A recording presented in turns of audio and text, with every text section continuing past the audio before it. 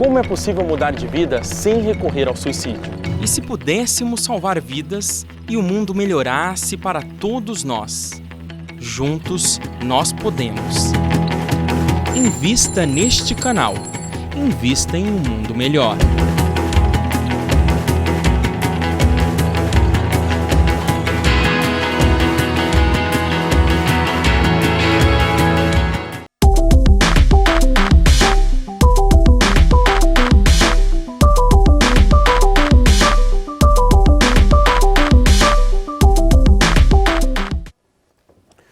Novamente no ar, boa tarde a todos os telespectadores da TV Mundo Maior. Estamos aqui de novo para mais um bate-papo, uma conversa sobre os transtornos mentais à luz da doutrina espírita. Lembrando que a gente não vai ficar falando aqui de buscar explicações e muito menos justificativas para aqueles nossos comportamentos que são considerados insanos. Às vezes nem são considerados insanos, mas a gente repete sem refletir sobre eles e acaba ficando doente física e ou psicológica ou psiquiatricamente falando. E na semana passada nós tínhamos começado a falar como é que se faz, para se desenvolver uma doença, como que você diagnostica, como é que você percebe que alguém está adoecendo ou está adoecido já, portando algum tipo de doença. Nós falamos muito então como é que se faz o diagnóstico. E eu gosto de lembrar sempre que diagnóstico em psiquiatria não é feito em apenas uma consulta, e muito menos feito através de testes. Há quem aplique esses testes porque acabou assimilando, vamos dizer assim, uma cultura que é uma cultura norte-americana de se tentando tornar objetivo coisas que são extremamente subjetivas. Como se eu pudesse, vamos dizer assim, esquadrinhar a mente das pessoas através de pequenas perguntas ou pequenos testes, perguntas e respostas.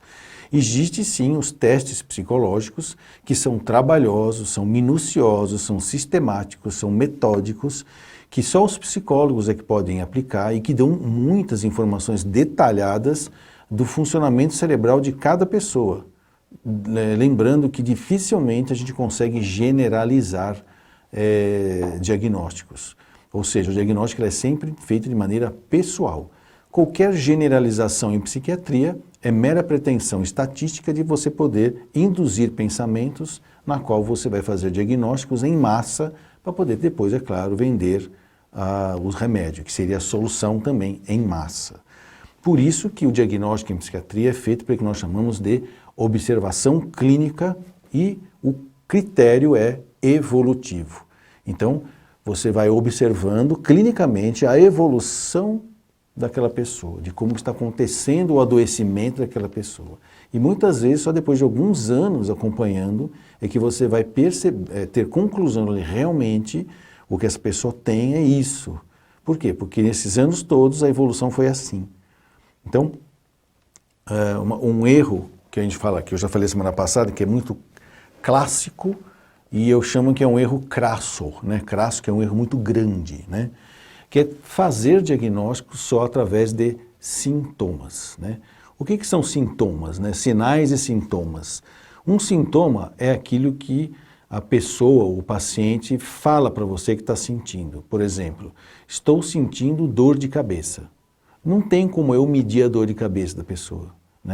Ou ela diz assim, estou com medo. Não existe um medímetro. Como é que eu vou medir o medo das pessoas? Não tem. E o sinal é alguma coisa que a pessoa diz que tem e a gente consegue ver que ela tem, ou pelo menos medir. Então, por exemplo, estou com febre. Então você vai lá, pega o termômetro, ou põe a sua mão na testa, você percebe que a pessoa está com febre. Ou ela fala assim, estou com tremores. Aí você vai olhar para ela, está lá com os tremores dela. Então, a gente também usa esse critério de observar sinais e sintomas para ajudar no processo de diagnóstico. Porém, em psiquiatria, uma coisa que é muito interessante, qualquer doença mental pode ter qualquer sintoma psiquiátrico. De maneira que dizer que eu estou vendo esse sintoma é diagnóstico desta doença não é verdade. São poucas as doenças que nós podemos dizer que algum sinal e sintoma é o que nós chamamos na psiquiatria de patognomônico. O que é patognomônico? Você viu o sinal ou a pessoa referiu o sintoma, é a doença. São pouquíssimas, tá? Por exemplo, vamos pegar uma doença bem comum, sarampo. Aí todo mundo vai, mas sarampo não tem aquelas pontinhas aqui? Nem sempre tem. Às vezes, a primeira coisa que a pessoa sente com sarampo é pneumonia. Uma pneumonite causada pelo vírus do sarampo. E as pessoas falam assim, então como é que eu vou ter certeza se é o sarampo ou não? Pede exame de sangue? Pode ser, você pode pedir uma sorologia. Mas, se você olhar o céu da boca da pessoa ou da criança e olhar pequenas pintas vermelhas que aparecem no céu da boca, você vai falar, olha, o sinal de Petlik, que é o nome de um cara que percebeu que todo mundo que tem sarampo tem esse sinal no céu da boca. E aí, o que acontece? Você acaba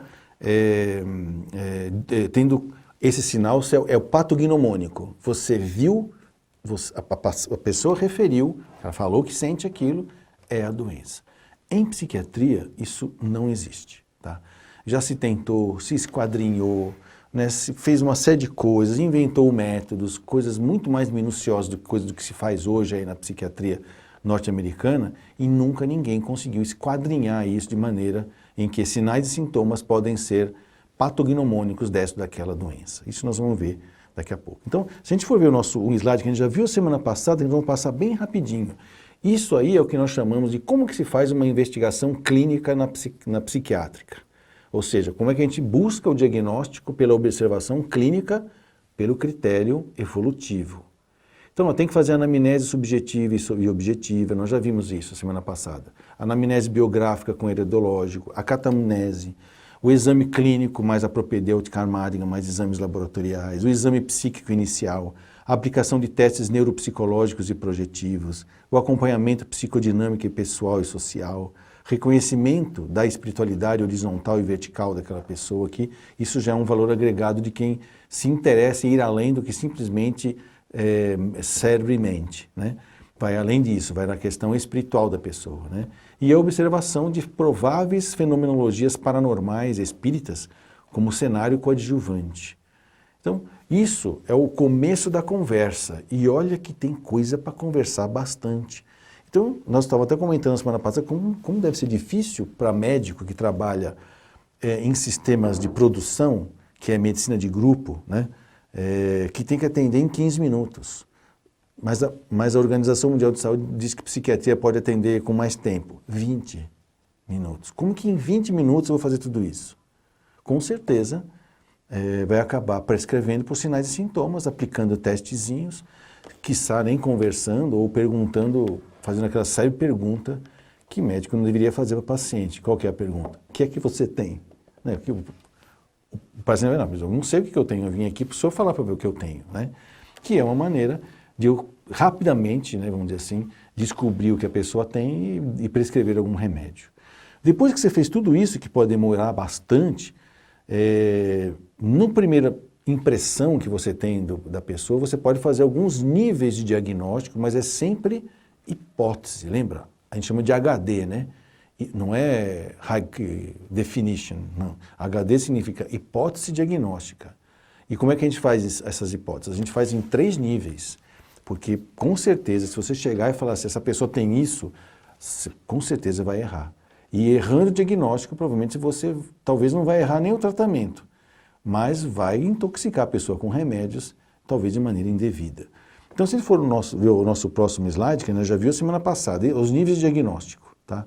Primeiro, o diagnóstico sindrômico, sempre. É a única coisa que a gente é capaz de fazer assim em meia hora, 1 hora de consulta, o de sindrômico, tá? Depois eu posso chutar um nosológico. Por que eu falo que é chutar? Porque não é que eu vou inventar, mas como o sindrômico é só uns sinais e sintomas que andam junto, eu vou tentar encaixar isso em alguma coisa e eu faço isso em função de uma exigência legal, que eu tenho que dar um nome para a doença que a pessoa tem.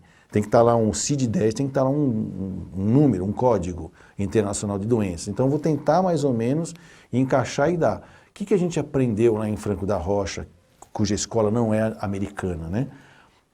É dar um diagnóstico com mais 8 e o mais 9 possível. O que significa isso? Que todo o código internacional da doença, quando você coloca F.6, se você colocar ponto 9, significa a esclarecer. Então, a gente vai tentar saber o que é. Inespecífico, não se sabe ainda o que é. E depois a gente vai fazer o diagnóstico do quadro clínico, que é esse que vai decidir qual medicação que eu vou dar para aquele momento da pessoa. Ok?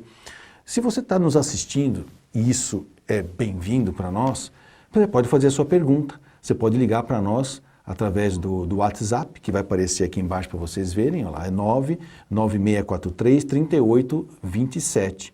Ou ligar para nós, ou passar um e-mail para nós, né, que é novamente @tvmundomaior.com.br, ou através do YouTube, ou através do Facebook, fazer a sua colocação, a sua pergunta, que nós vamos estar aqui em tempo te respondendo, ok? Vamos para o nosso intervalo e a gente volta já já.